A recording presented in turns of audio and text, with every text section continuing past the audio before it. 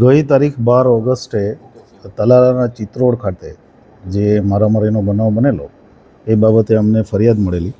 ફરિયાદી ધ્રુવરાજસિંહ ચૌહાણ જે સનાથડ અમદાવાદના રહેવાસી છે અને એમની ફરિયાદ મુજબ દેવાયત ખવડ અને એમના બીજા 12 થી 15 સાથીઓ ગાડી એમની સાથે ભટકાડી અને મારામારી કરેલી અને હથિયાર પણ બતાવેલું અને લૂંટ પણ કરેલી. આ પ્રકારની ફરિયાદના આધારે ગીર સોમનાથ પોલીસે તાત્કાલિક અસરથી 7 અલગ અલગ ટીમો, જેમાં એલસીબીની 2 ટીમ, એસઓજીની 2 ટીમ અને તલાલા પોલીસ સ્ટેશનની 3 ટીમ, 7 અલગ અલગ ટીમો બનાવી અને અમે ફરિયાદ લીધા બાદ આરોપીની તપાસ માટે ટીમો રવાના કરેલી.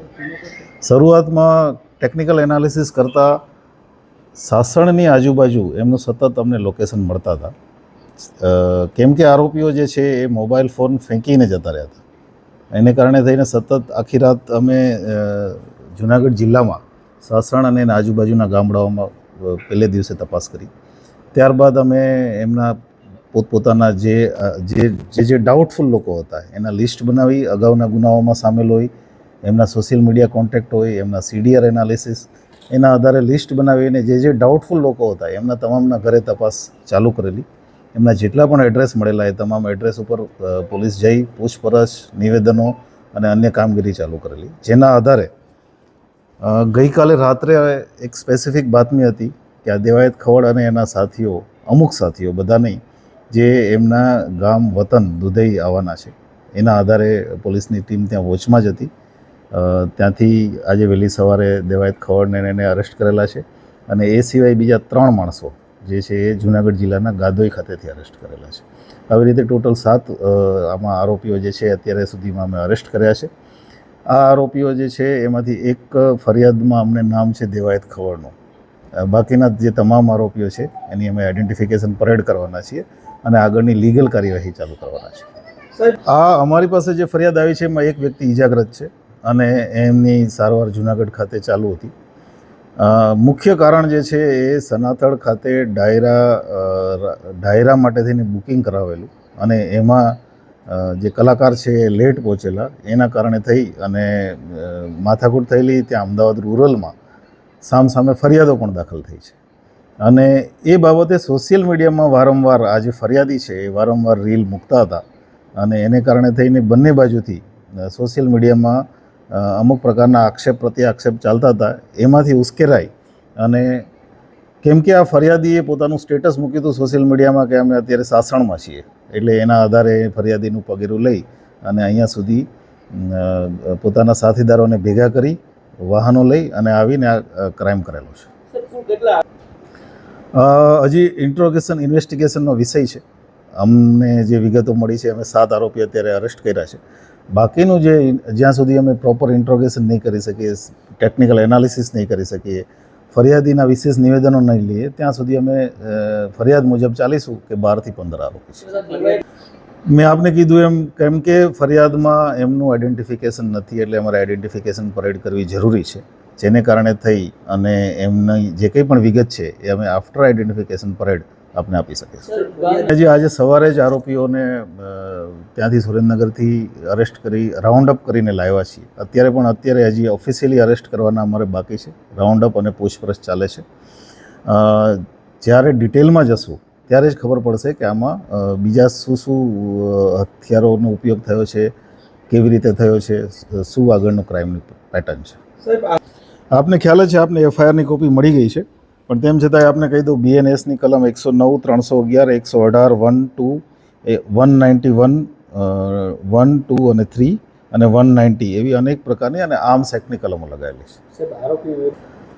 કેમ કે જે દેવાયત ખવડ છે એનું નામ છે એફઆઈઆરમાં અને એનું હિસ્ટ્રી અમારી પાસે છે, તો એની વિરુદ્ધમાં અત્યાર સુધીમાં 5 ગુના નોંધાયેલા છે. જેમાં એક એટેમ્પ્ટ ટુ મર્ડરનો રાજકોટમાં છે, એક જે ગુનો છે સનાથડ ખાતે જે ચીટિંગનો ગુનો છે અને એ સિવાય આર્મ્સ એક્ટના ગુના છે. મેં આપને કીધું એમ અમારી પાસે ટેકનિકલ ટીમ અને એનું એનાલિસિસ સાથે સાથે બાતમીદારોનું નેટવર્ક અને જ્યાં અમે ઇન્વેસ્ટિગેશન ઇન્ટ્રોગેશન માટે ગયા ત્યાંથી જે ક્લુ મળ્યા એ ક્લુના આધારે પ્લસ અમને વાહનો મળ્યા, વાહનોના માલિકોના આધારે અમે આરોપી સુધી નજીક પહોંચી અને આજે એને અરેસ્ટ કર્યા છે. જે વાહનો અમને મળી આવ્યા છે એ બંને વાહનો અન્ય જિલ્લાના છે. એક અમરેલીનું પાસિંગ છે અને એક બીજું છે રાજકોટનું છે. એનું પાસિંગ બનાસકાંઠા થરાદનું છે.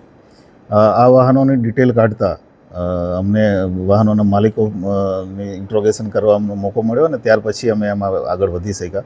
આ બંને વાહનો 15-20 દિવસ પહેલેથી જે તે વ્યક્તિઓ દ્વારા, એમના સાથીદારો, આરોપીઓ દ્વારા લેવામાં આવ્યા હતા અને ત્યાર પછી આ ક્રાઇમમાં ઉપયોગ થયો છે. પોલીસ માટે આપને ખ્યાલ જ છે કે અમે આ કેસ 3-4 દિવસ પહેલાંનો બનાવ છે અને આજે લગભગ મોટાભાગના આરોપીઓ પકડાઈ ગયા છે.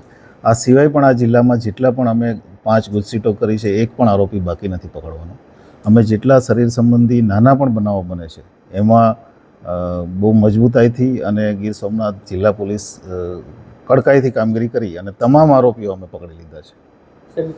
પ્રાઇમરીલી અમને એવું લાગે છે કે આ જે સોશિયલ મીડિયામાં એકબીજાને ફોલો કરતા હતા અને જે આરોપીઓ છે એ પ્રયત્નમાં હતા કે આ વ્યક્તિ જે ફરિયાદી છે એ જ્યારે પણ મોકો મળે ત્યારે એને બદલો લેવો, કેમ કે ફરિયાદીએ એમની બાઇક, એમની કાર જે તે સમયે તોડી નાખીને પાણીમાં નાખી દીધી હતી અને બદલો લેવા માટેના ઈરાદા સાથે ઘણા સમયથી એ ફિરાકમાં હતા અને એ એમને મોકો મળતા એમણે કાર્યવાહી કરી છે. કેટલા દિવસ? કેમ કે અમારે આમાં હજી ઘણું ઇન્વેસ્ટિગેશન કરવું જરૂરી છે એટલે અમે મેક્સિમમ માગશું. તપાસના અમારા મુખ્ય મુદ્દાઓમાં એક તો જોડતી કડી કે જે 2 ગાડી અહીંયાથી છોડી દીધા પછી કયા કયા વાહનમાં એ લોકો કઈ કઈ જગ્યાએ ગયા, ત્યાં એમને કોઈ સ્પેશિયલ મદદ કરી કે એમને પણ વિશ્વાસમાં લઈને બીજી રીતે મદદ મેળવી. કારણ કે પોલીસે ઘણું બધું આમાં ટ્રાવેલિંગ અને અનેક જિલ્લાઓમાં અમારે ટીમ મોકલવી પડી એટલે અનેક જિલ્લાઓમાં આરોપીઓ પથરાયેલા હતા. તો આ બધા મુદ્દા અમારા મુખ્ય રહેશે. હથિયાર, કયા હથિયારનો ઉપયોગ થયો છે એ રહેશે. સોશિયલ મીડિયામાં કોઈ એવી પોસ્ટ છે કે શું કે જેમાં ઓલરેડી અગાઉથી કંઈ ઇન્ડિકેશન આપવામાં આવ્યું, તો એ પણ અમારો તપાસનો મુદ્દો રહેશે. ઇન્વેસ્ટિગેશનનો વિષય છે, અમે અમારી જરૂરિયાત મુજબ તમામ કાર્યવાહી કરશું. જુગારના કેસીસ છે, નાના મોટા મારામારીના કેસીસ છે.